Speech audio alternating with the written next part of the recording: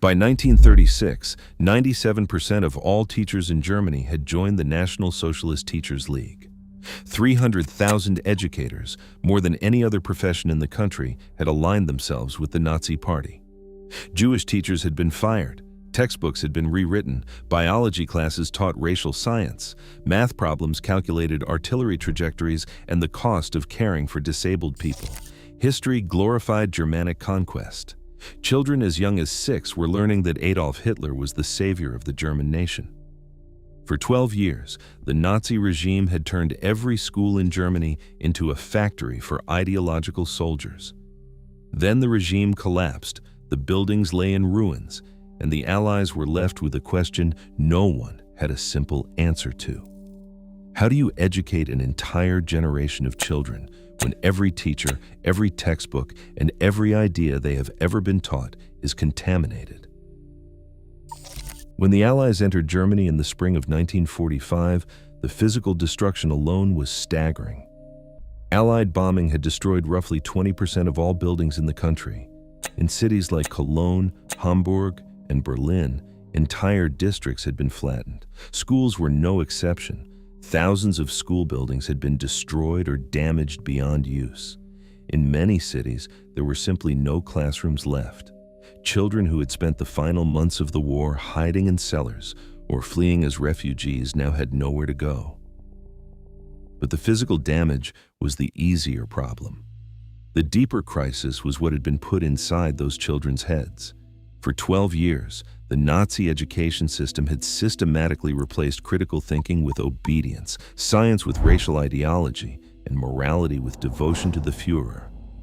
Boys had been trained for war. Girls had been trained for motherhood. Both had been taught that Jews were subhuman, that democracy was weakness, and that Germany's destiny was to rule Europe. An entire generation had grown up knowing nothing else. The Allies understood that rebuilding the schools was not just about bricks and books, it was about dismantling a worldview.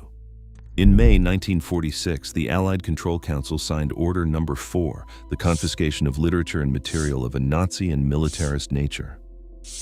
Every school, university, and library in Germany was ordered to remove all Nazi textbooks, propaganda materials, and ideological works from their shelves and hand them over to Allied authorities for destruction.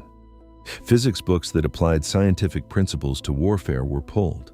Biology texts filled with racial theory were burned.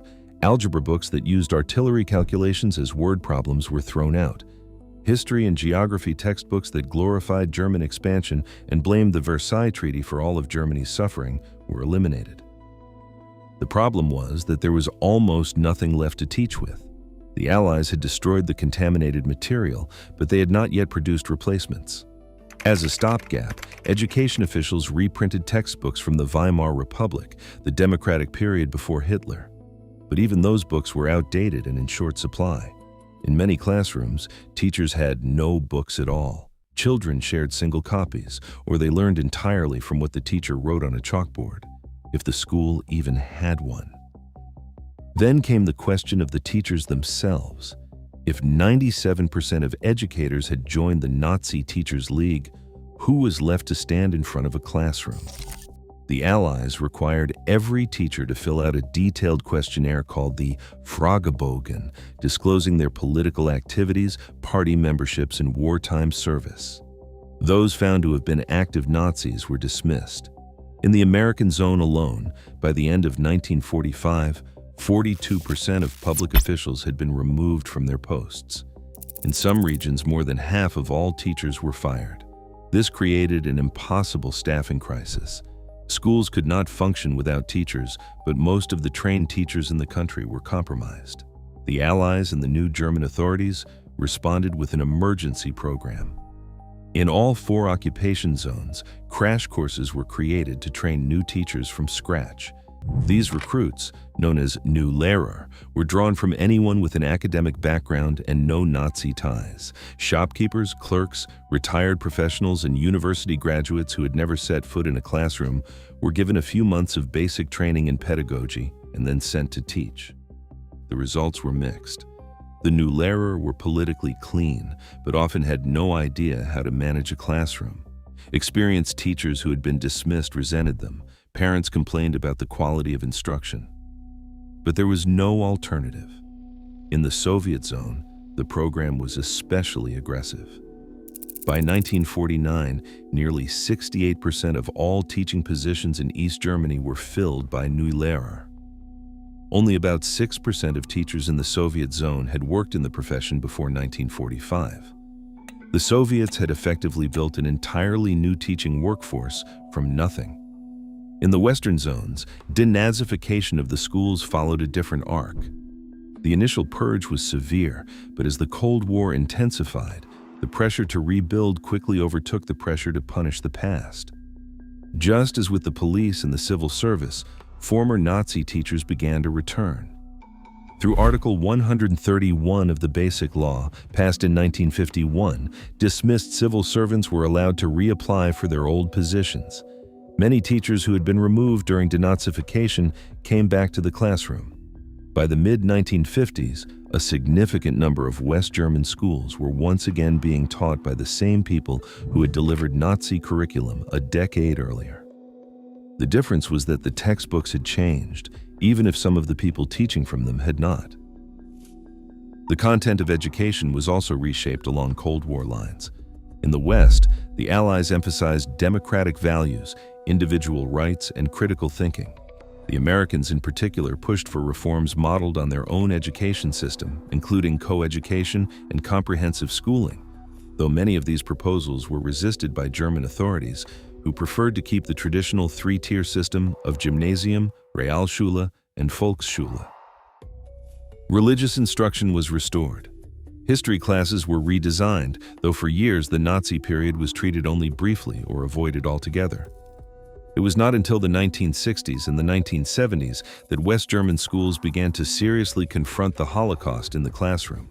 In the East, education became a tool of the new ideology.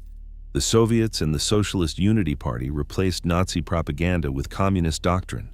Marxism-Leninism became a required subject. History was reframed around class struggle and anti-fascist resistance. The Nazi period was taught as the ultimate expression of capitalist imperialism, with the communist resistance portrayed as the true heroes. Religion was pushed out. Private schools were abolished.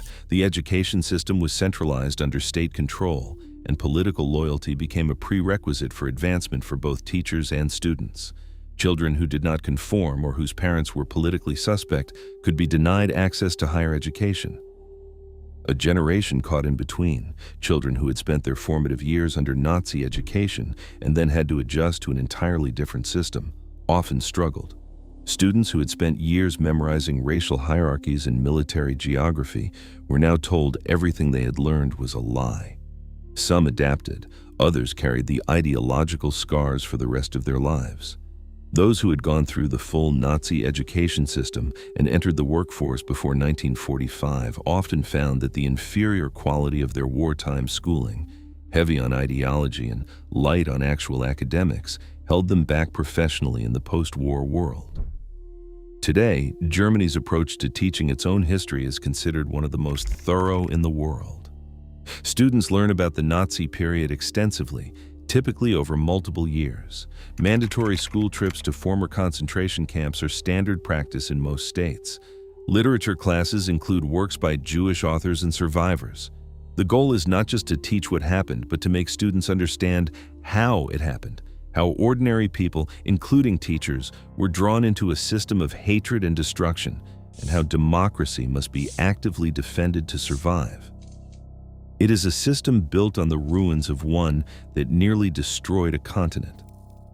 It exists because, in 1945, the Allies looked at 300,000 compromised teachers, millions of poisoned textbooks, and an entire generation raised on lies, and decided that the most dangerous weapon the Nazis had ever built was not a tank or a bomb. It was a classroom. If you found this video insightful, like it, subscribe, and hit the bell for more After History. Thanks for watching.